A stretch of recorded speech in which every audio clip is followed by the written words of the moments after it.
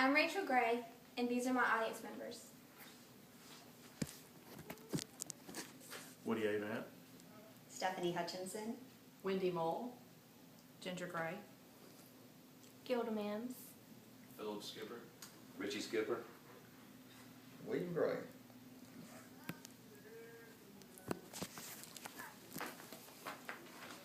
Have you ever wondered how things get the way they are?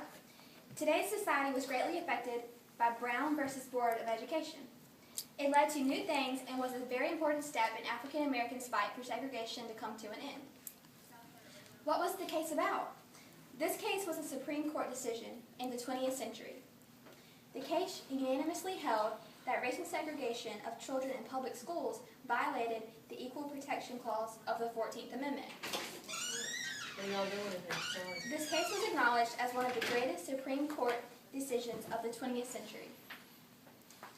How did the case come about when it happened? Linda Brown and Oliver Brown were the two who started it all. Linda Brown was a third grader who went to an all African American school in Topeka, Kansas. She had to walk a mile to get to school, including crossing a railroad switchyard.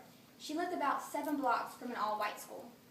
Topeka had 18 neighborhood schools for white children, but only 4 schools for African American children.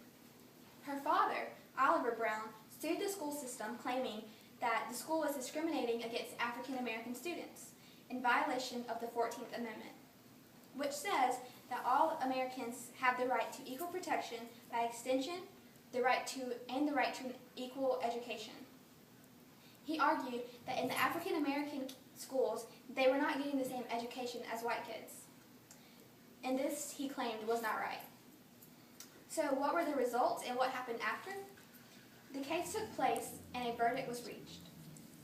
The district court found that the facilities provided for black students in Topeka, Kansas were largely equal to the ones provided for white students.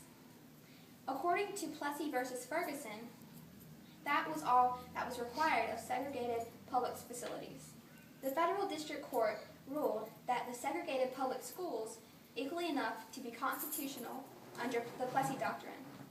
Brown appealed to the Supreme Court, which consolidated and then reviewed all the school segregation actions together. So, the court ruled in favor of the school board.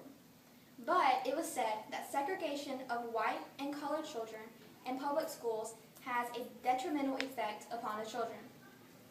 Although the decision did not succeed in fully desegregating the public education in the United States, it put the Constitution on the side of racial equality.